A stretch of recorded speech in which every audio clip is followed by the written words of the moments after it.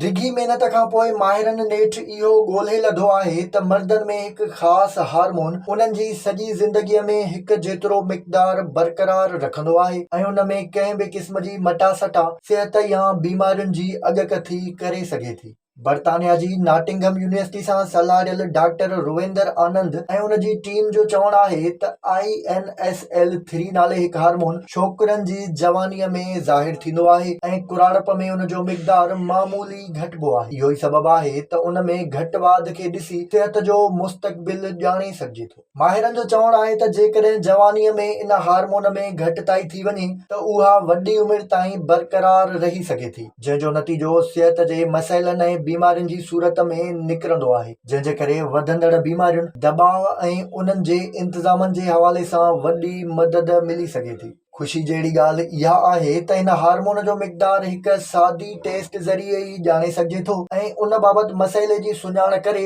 मर्दनि जी सिहत बहितर बणाए सघिजे थी। साइंसदाननि जो चवणु आहे त शुरूआती उमिरि में छोकिरनि खे घुर्बल सिहतमंद खुराक ॾेई उन हार्मोन जे निज़ाम खे बहितर बणाए सघिजे थो। हैरान कंदड़ तौर ते सर्वे में शामिल माण्हुनि मां जिन में इहो हार्मोन घटि मिक़दार में मौजूदु हो, उन्हनि में कैंसर, शुगर, दिलि जी बीमारियुनि ऐं ॿियनि बाबति कीमियाई ख़तरनि जी आगाही वाज़िह तौर ज़ाहिर हुई। वाज़िह रहे त इन हार्मोन जी घटिताई खे ॾिसी करे मर्दनि में 4 साल अॻु कंहिं बि मर्ज़ थियण जे हवाले सां अॻकथी करे सघिजे थी, जेको उन्हनि खे मुख़्तलिफ़ बीमारियुनि खां बचाइण लाइ वॾो वक़्तु आहे। विज़िट कयो अवामी आवाज़ मीडिया ग्रुप जी वेबसाइट awamiawaz.pk